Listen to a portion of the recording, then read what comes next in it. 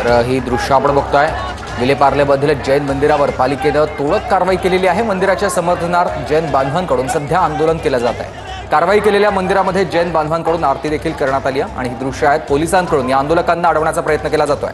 सविस्तर माहिती देतील माझे सहकारी अक्षय मणकणी आपल्याला। अक्षय, सुमित, खरं तर जैन मंदिर विलेपार्लेमध्ये तोडण्यात आलं आणि त्यानंतर जैन समाज जो आहे तो आक्रमक झालेला आपल्याला पाहायला मिळतोय। जैन समाज हा अहिंसेचं प्रतीक मानणारा समाज मानला जातो, परंतु आज मंदिरावरती जी तोडक पालिकेने कारवाई केली त्या विरोधात आज संपूर्ण जैन समाज जो आहे तो रस्त्यावरती उतरलेला पाहायला मिळतोय।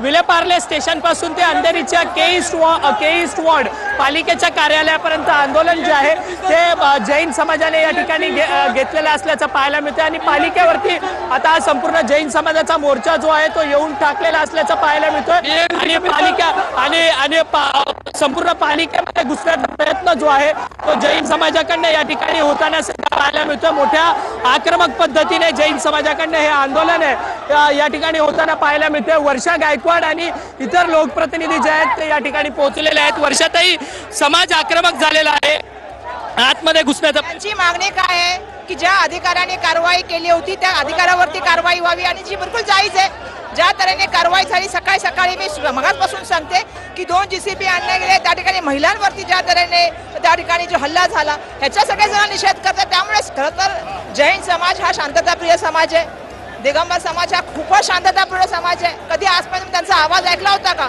पण आज का उतरावं लागलं लोकांना?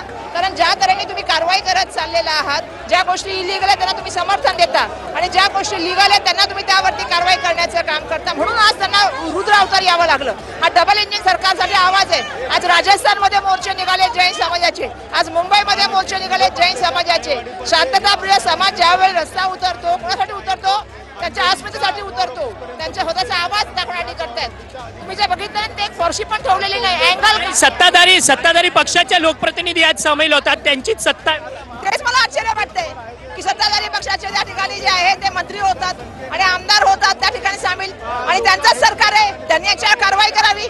जे मंत्री महोदय त्यांच्या मतदारसंघातले पण 7-8 मंदिर त्या ठिकाणी गायब झाले त्याच्यावर त्यांनी बोलावं। खरं तर ही आपली सगळी जी आहे ती श्रद्धास्थान आहेत आणि श्रद्धास्थानं सांभाळणं हे त्यांचं काम आहे, पण दुर्दैवाने ते होताना दिसत नाही। या कारवाईमुळे अशा तऱ्हेने कारवाई झाली जी कारवाई मुळातच पूर्वनियोजित होती, एक मोठं षडयंत्र आहे आणि त्या षडयंत्राच्या विरोधामध्ये आज शांतताप्रिय जैन समाज रस्त्यावर उचललेला आहे आणि आवाज करून सांगतोय की हा दबाव यंत्र आमच्यावर चालणार नाही।